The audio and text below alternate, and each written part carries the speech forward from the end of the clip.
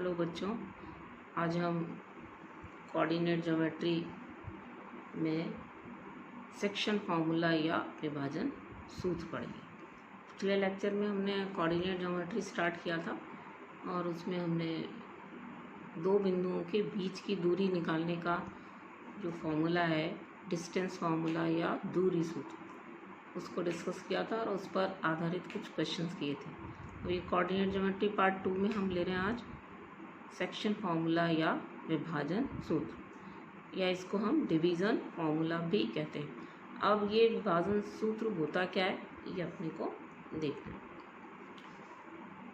तो इसमें क्या होता है, दो बिंदु अगर हमें दे रखे हों तो उन दो बिंदुओं को मिलाने वाली लाइन को किसी दिए गए अनुपात में विभाजित करने वाले बिंदु के निर्देशांक निकालना, ये हम इस सूत्र की सहायता से करते हैं। तो बड़ा स्पष्ट है, आपको दो बिंदु दिए हुए हैं, उन दो बिंदुओं को मिलाने वाली एक रेखा है, उस रेखा को कोई अन्य बिंदु किसी दिए गए अनुपात में, ध्यान देना, किसी दिए गए अनुपात में विभाजित करता है। फॉर एग्जाम्पल, दो बिंदु हैं x1 y1 और दूसरा बिंदु है x2 y2। तो इन दोनों बिंदुओं को अगर हम P और Q बोलें, ठीक है, तो इन दोनों को मिलाने वाली रेखा को, इन दोनों को मिलाने वाली रेखा को एक बिंदु R, ठीक है, किस अनुपात में विभाजित करता है, m1 अनुपात m2 में विभाजित करता है। इसका मतलब क्या हुआ कि PR अपॉन RQ बराबर होगा m1 अपॉन m2। इस अनुपात से मतलब है कि P से लेकर के R तक की दूरी और R से लेकर के Q तक की जो दूरियां हैं, जो डिस्टेंसेस हैं, उनका रेशो या अनुपात क्या है, m1 अपॉन m2 के बराबर है। ठीक है, ये दूरियां नहीं है m1 और m2, PR m1 के बराबर नहीं है, RQ m2 के बराबर नहीं है, बल्कि क्या है, PR अपॉन RQ का जो अनुपात है वो m1 अपॉन m2। ठीक है, जैसे ये एक रेखा है P, बिंदु है P और ये Q, तो रेखा क्या हो गई हमारी PQ। PQ को एक बिंदु है ये R, ठीक है, ये डिवाइड कर रहा है, और मान लीजिए ये दूरी तो है हमारी 6 और ये दूरी है हमारी 2। ठीक है, तो आपसे कहें PR अपॉन RQ का रेशो कितना होगा, तो देखो PR अपॉन RQ, इसका रेशो कितना होगा, PR कितना है 6 और RQ कितना है 2, तो इसका रेशो कितना हो गया 3:1। ठीक है, तो ये किस रेशो में डिवाइड करती है, 3:1 के रेशो में डिवाइड करती है।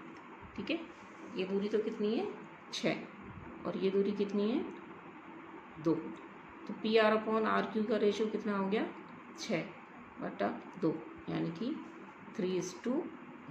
जो रेशो है वो क्या है, m1 और m2 का जो रेशो है, या PR अपॉन RQ का जो अनुपात है वो कितना है, 3:1। ठीक है, तो हमारा सवाल यही है कि दो बिंदु हैं P और Q, P के निर्देशांक हैं x1 y1 और Q के निर्देशांक हैं x2 y2। तो इन दोनों बिंदुओं को ज्वाइन करने वाली जो लाइन है, इसको एक अन्य बिंदु R m1 अनुपात m2 में विभाजित करता है, यानी कि जो PR अपॉन RQ जो है वो कितना है हमारा m1 अपॉन m2 के बराबर। ठीक है, अब इस फिगर में देखिए हमको करना क्या है, हम इस डिवाइडिंग पॉइंट के निर्देशांक निकालने, और डिवाइडिंग पॉइंट के निर्देशांक का जो सूत्र है उसे ही हम विभाजन सूत्र कहते हैं। तो देखिए यहाँ पर हमने क्या किया है, यहाँ से परपेंडिकुलर डालते हैं, तो ये हो गया y2, ये हमारा हो गया y1, यहाँ से लंब डालेंगे तो ये हमारा हो गया, यहाँ से लेकर यहाँ तक हमारा हो गया x1। ठीक है, इसी तरह से यहाँ से लेकर ये यहाँ तक हमारा हो गया x2। तो उस हिसाब से हमने देखिए ये दो ट्राइंगल्स यहाँ पर हमने बनाए हैं, यहाँ पर परपेंडिकुलर डाला R से यहाँ से परपेंडिकुलर डाला एन एल।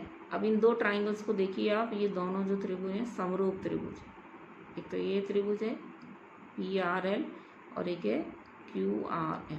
ये दोनों कैसे हमारे समरूप त्रिभुज है। समरूप क्यों है? क्योंकि समरूप की डेफिनेशन से आप जानते हैं कोई तीन से दो इसमें दो कोण बराबर हैं, ठीक है।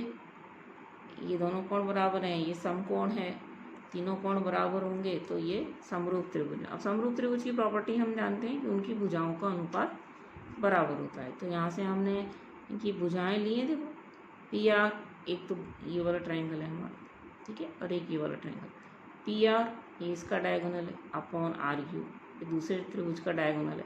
तो ऐसे इसका आधार, इसका लंब और इसका लंब, ये हमने यहाँ कंपेयर किया, ठीक है। तो ये हमने पाया कि PR अपॉन RQ तो M1 अपॉन M2 हमको दे ही रखा है शुरू से, ठीक है। PL निकाल लिया आपने, PL क्या होगा? PL ही हो जाएगा, ये यहाँ से x बार है माइनस x1, ठीक है। इसके निर्देशांक x बार y बार हमने माने, तो यहाँ से लेकर यहाँ तक की दूरी हो जाएगी x बार, ठीक है। तो इन सारे ये डिस्टेंसेस निकाल करके हमने जो है इसमें सब्स्टिट्यूट कर दिए, और सब्स्टिट्यूट करने के बाद हमने इसे सिंप्लीफाई किया। एक बार तो हमने लिया इन दोनों को बराबर, और एक बार हम लेंगे इन दोनों को बराबर। इन दोनों को बराबर जब लेंगे तो हमको x बार की वैल्यू मिल जाएगी, ठीक है। इसी प्रकार हम y बार की वैल्यू निकाल लेंगे। तो इसको देखिए इस डेरिवेशन को, तो आपका x बार जो हमारा जाता है M1 x2 plus M2 x1 upon M1 plus M2। इसी तरह से y बार आ जाता है हमारा M1 y2 plus M2 y1 upon M1 plus M2। तो ये हमारा क्या है, फिर आपको ध्यान देना है, दिए गए दो बिंदुओं x1 y1 और x2 y2 को मिलाने वाली रेखा को M1 अपॉन M2 के अनुपात में विभाजित करने वाले बिंदु के निर्देशांक। तो उस बिंदु का x निर्देशांक हमने माना था x बार, तो उसे हमने ये x बार निकाला है। इस तरह से y निर्देशांक हमने माना था y बार, तो ये हमने y बार निकाला है, ठीक है। तो इसे हम कहते हैं विभाजन सूत्र, ठीक है। और इस विभाजन को हम कहते हैं अंत्य विभाजन, ठीक है। अतः विभाजन सूत्र के हिसाब से हमारा ये विभाजन सूत्र क्या हो गया, ये हमारा विभाजन सूत्र।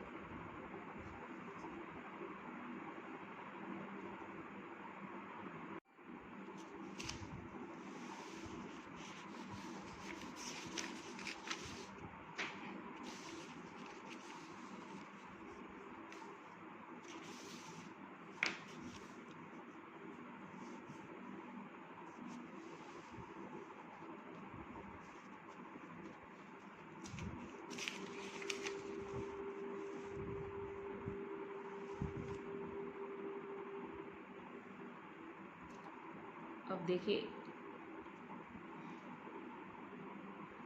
इसे आप देख सकते हैं, ये वो तो मैंने आपको एक्सप्लेन कर दिया था। अब इसे आप यहाँ देख सकते हैं कि ये मध्य बिंदु के निर्देशांक हमने यहाँ निकाले, ठीक है। इसके बाद आप ये देख सकते हैं मध्य बिंदु के निर्देशांक क्या होंगे हमारे 1:1 के रेशो में विभाजित करने वाला बिंदु होगा। 1:1 के रेशो में विभाजित करने वाला बिंदु का निर्देशांक हमने यहाँ निकाल दिया, ठीक है। तो ये हमारे क्या आ गए x1 प्लस x2 अपॉन 2 और y1 प्लस y2 अपॉन 2, ठीक है। अब एक इम्पॉर्टेंट चीज़ हमें और यहाँ और देखनी है कि हमने ये देखा है कि दो दिए हुए बिंदुओं को ज्वाइन करने वाली रेखा है, ठीक है, P और Q। इसको एक R बिंदु डिवाइड कर रहा है, तो इसके निर्देशांक क्या हो जाते हैं, हमारा M1 x2 plus M2 x1। ये फॉर्मूला आपको बार बार लिखेंगे तो अपना आप याद हो जाएगा, M1 x2 plus M2 x1, ठीक है। जहाँ पर हमारा ये है क्या कि PR upon RQ is M1 upon M, ठीक है। यहाँ हमने एक काम किया कि इसको अंश को और हर को M2 से भाग लगा दिया। तो देखिए अंश को और हर को M2 से भाग लगा दिया, तो यहाँ हो गया M1 अपॉन M2, यहाँ x1 और यहाँ M1 अपॉन M2 x1। ऐसे ही हमने ये काम किया, इसको भी M2 से भाग लगा दिया और इसको भी M2 से भाग लगा दिया, तो हमारा ये बन गया। अब ये जो m1/m2 यहाँ जो बना है हमारा, ये m1/m, इसकी जगह हम लिख दें k, ठीक है। तो इसकी जगह हमने लिख दिया k, तो kx2 + x1/k+1 और ky2 + y1/k+1, जहाँ k बराबर हमारा m1/m2 है ही, ठीक है। इसका मतलब क्या हो गया, अब इसको सूत्र को देखिए आप, kx2 + x1/k+1 और ये ky2 + y1/k+1, इसका मतलब ये क्या है, PQ को k:1 के रेशो में डिवाइड करने वाला बिंदु है, ठीक है। क्या हो गया, PQ, ये जो हमारी रेखा थी, PQ क्या है हमारी, इन दो बिंदुओं को ज्वाइन करने वाली रेखा है PQ, ठीक है। PQ को k:1 के रेशो में डिवाइड करने वाले बिंदु के निर्देशांक निकालो आप, देखो ये अपन निकालते हैं, ये रेखा है PQ, ठीक है। इस PQ में ये x1 y1 है हमारा और ये हमारा x2 y2 है, ठीक है। तो ये एक बिंदु है R, इसके निर्देशांक अगर x बार y बार है और ये रेशो है k:1, यानी कि आपको देखिए देखा है P से लेकर के R और R से लेकर के Q तक का जो दूरियां हैं उनका अनुपात क्या है, k:1। तो आप इस डिवाइडिंग पॉइंट के निर्देशांक है ना R के, कैसे लिखोगे, आपके क्या लिख लो, kx2 + 1 × x1, तो क्या आ जाएगा, kx2 + x1 और इन दोनों का जोड़ k+1। इसी तरह से ky2 + 1 × y1, तो ky2 + y1/k+1। तो एक्चुअली में क्या है, ये हमने यहाँ m1/m2 को k सब्स्टिट्यूट करके हमने एक फॉर्मूला निकाला, और वो फॉर्मूला क्या है कि रेखा PQ को k:1 में भाजित करने वाले बिंदु के निर्देशांक क्या होते हैं, kx2 + x1/k+1 और ky2 + y1/k+1, ठीक है। तो ये भी बड़ा इम्पॉर्टेंट फॉर्मूला है और इसको हम काम में लेते हैं जब भी हमको अनुपात ज्ञात करना होता है। किन्हीं सवालों में हमको दिया होता है कि ये दो बिंदु हैं, एक तीसरा बिंदु भी हमको दे रखा है और ये कहते हैं कि ये तीसरा बिंदु इसको किस अनुपात में विभाजित करता है, वो अनुपात निकालिए। तो जब हमको अनुपात ज्ञात करना होता है तो हम इस फॉर्मूले को काम में लेते हैं, ध्यान रखना, ठीक है। और जब हमको विभाजन बिंदु का निर्देशांक निकालना होता है तो हम ये फॉर्मूला काम में लेते हैं, m1x2 m2x1 m1 + m, routine formula है जो, ठीक है। जब भी हमको अनुपात ज्ञात करना होता है, जब हमको अनुपात ज्ञात करना होता है तो हमको ये वाला सूत्र हम निकालते हैं और k की वैल्यू फाइंड आउट कर लेते हैं, जहाँ k हमारा m1/m2 होता है। अभी मैंने आपको ये बताया कि m1/m2 का जो अनुपात है, जो दूरियों का इनका PR और RQ का अनुपात है, ये कभी भी ऋणात्मक नहीं हो सकता है, ठीक है। तो ध्यान रखिएगा। तो हम k की वैल्यू जब निकालते हैं और k की वैल्यू कभी ऋणात्मक आ जाती है तो उसका मतलब होता है कि जो डिवीज़न है हमारा वो अंतर डिवीज़न नहीं है, बल्कि इंटरनल डिवीज़न नहीं है, बल्कि एक्सटर्नल डिवीज़न है, ठीक है। तो k का मान जब हम निकालते हैं, अनुपात निकालने के लिए जब k की वैल्यू हम निकालते हैं तो k की वैल्यू का धनात्मक आना इंटरनल डिवीज़न को शो करता है और k की वैल्यू का ऋणात्मक आना जो है वो बाह्य विभाजन को शो करता है, ठीक है। तो k की वैल्यू का ऋणात्मक आना ये कतई मतलब नहीं है कि जो अनुपात है वो नेगेटिव है, वो अनुपात तो धनात्मक ही होगा, बट k की वैल्यू ये इंडिकेट करेगी, नेगेटिव वैल्यू ये इंडिकेट करेगी कि जो डिवीज़न है वो एक्सटर्नल डिवीज़न। आगे हम कुछ क्वेश्चंस करेंगे, उसमें आप इस चीज़ को देखें।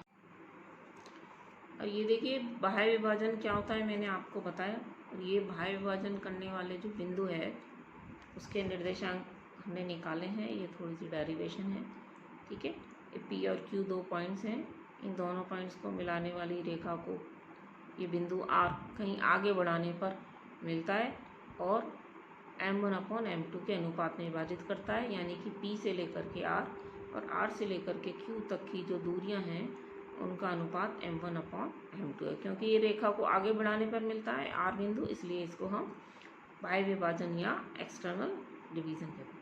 यहाँ पर भी हम क्या करेंगे, यहाँ पर भी हम इन दो त्रिभुजों को काम में लेंगे। एक तो ये बड़ा त्रिभुज है पूरा, ठीक है, ये लिख रहा PLR, और एक ये छोटा त्रिभुज है, ये है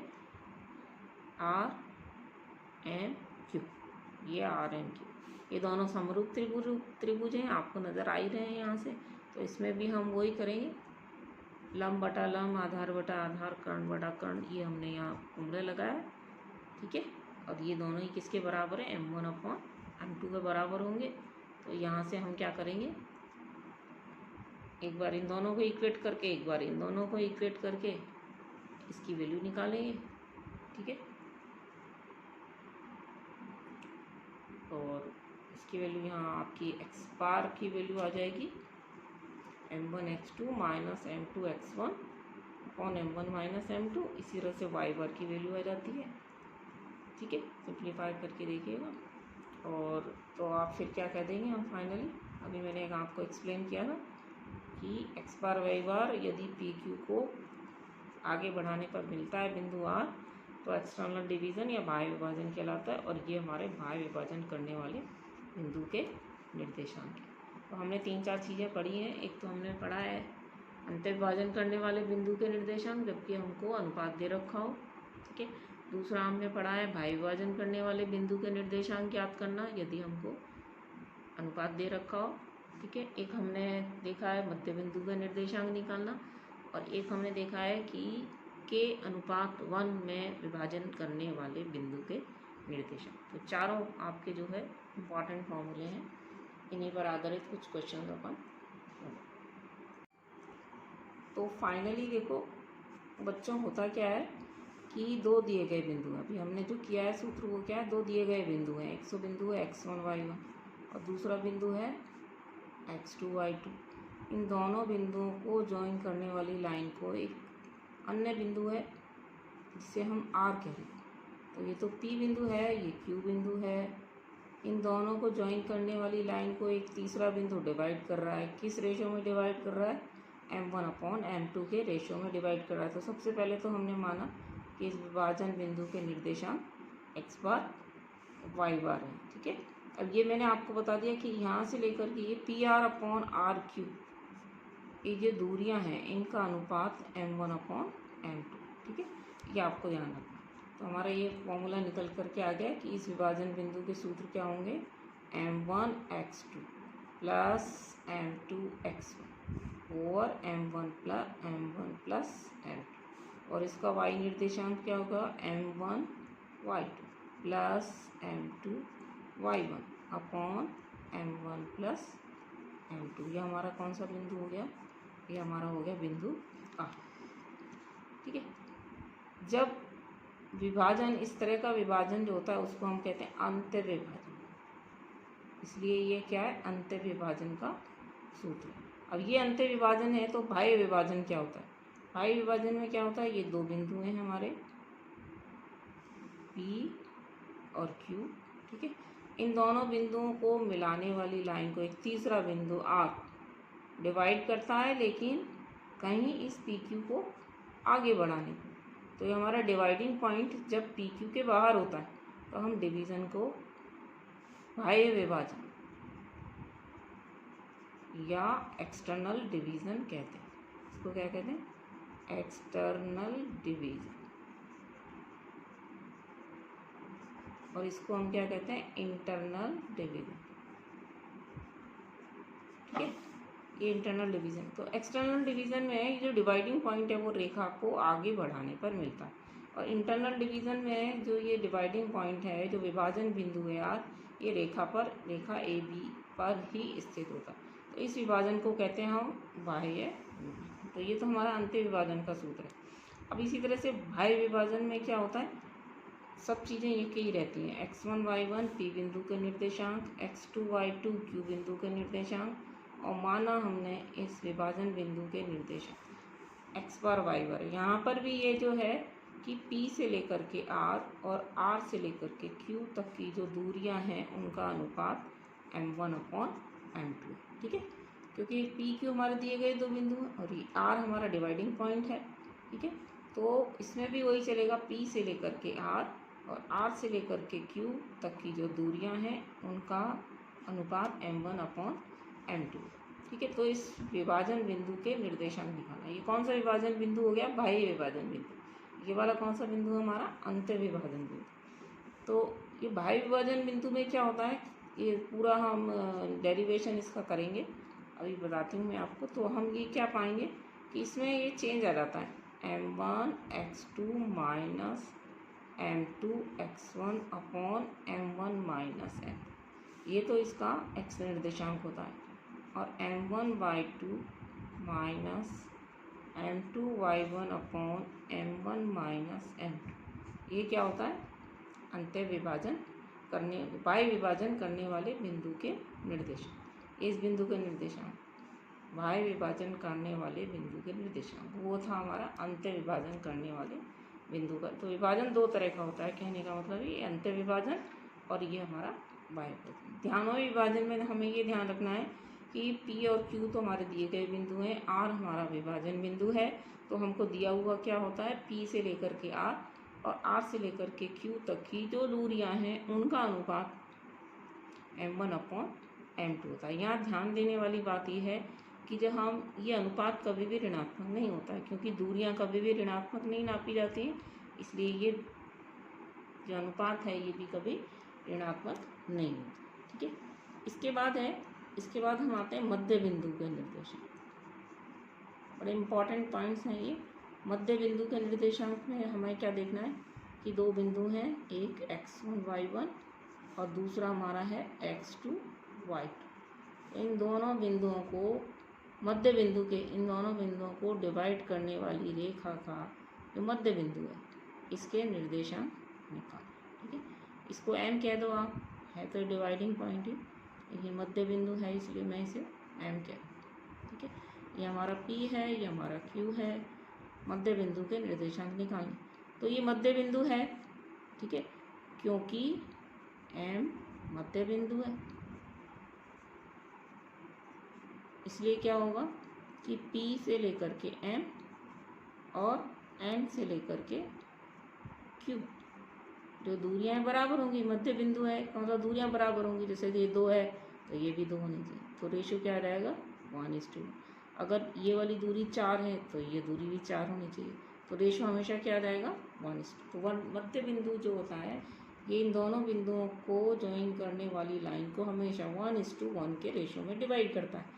और कैसे डिवाइड करता है, अंत्य विभाजित करता है। इसलिए मध्य बिंदु के निर्देशांक क्या हो जाएंगे, m बिंदु के निर्देशांक क्या हो जाएंगे, m1 x2 plus m2 x1 divided by, ये मध्य बिंदु के निर्देशांक देख रहे थे हम, तो मध्य बिंदु के निर्देशांक क्या हो जाएंगे, मध्य बिंदु जो होगा वो समान अनुपात में विभाजित करेगा। ये दोनों अनुपात बराबर होंगे, तो ये दोनों अनुपात बराबर होंगे तो आपका क्या हो जाएगा, रेशियो हमेशा 1:1 आएगा। अब हम उसमें सूत्र लगा दें m1 x2 plus m2 x1, तो m1 की जगह भी